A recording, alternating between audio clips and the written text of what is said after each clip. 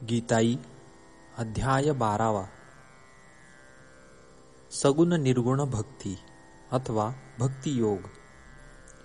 अर्जुन म्हणाला, असे मिसळले कोणी तुझ भक्त उपासिती, कोणी अक्षर अव्यक्त योगी ते थोर कोणते।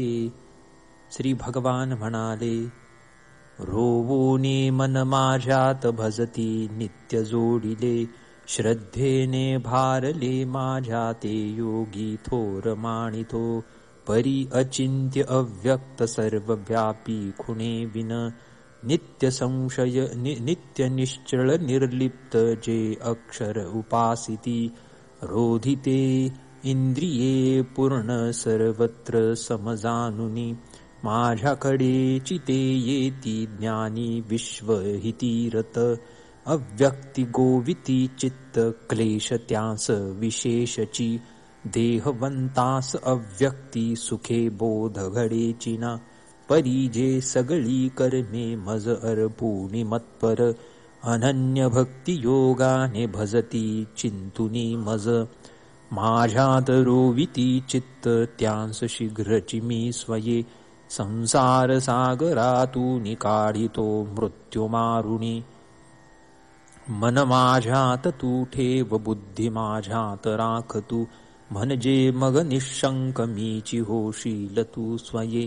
जाईल जड माझ्यात चित्तास का करणे स्थिर, तरी अभ्यास योगाने इच्छुनी मज मेळवी। अभ्यास ही नव्हे साध्य तरी मत कर्म आचरी, मिळेल तुझती सिद्धी मत कर्म ही करुनिया।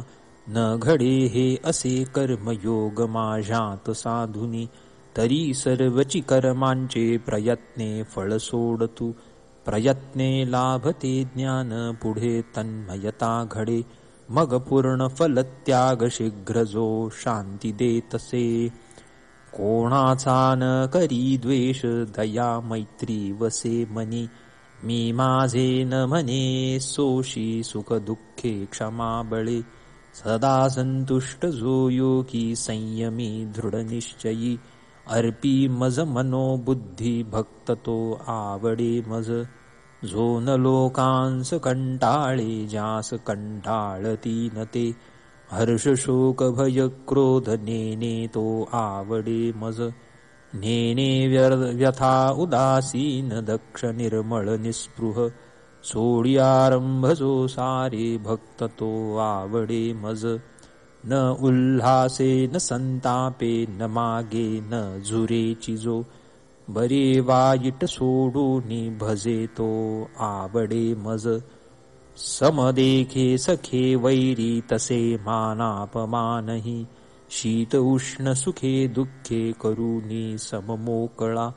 निंदा स्तुती नघे मौनी मिळे ते गोड मानितो, स्थिर बुद्धी निराधार भक्त तो आवडे मज।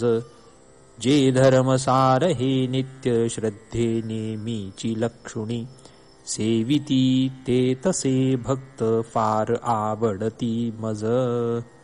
अध्याय 12 संपूर्ण।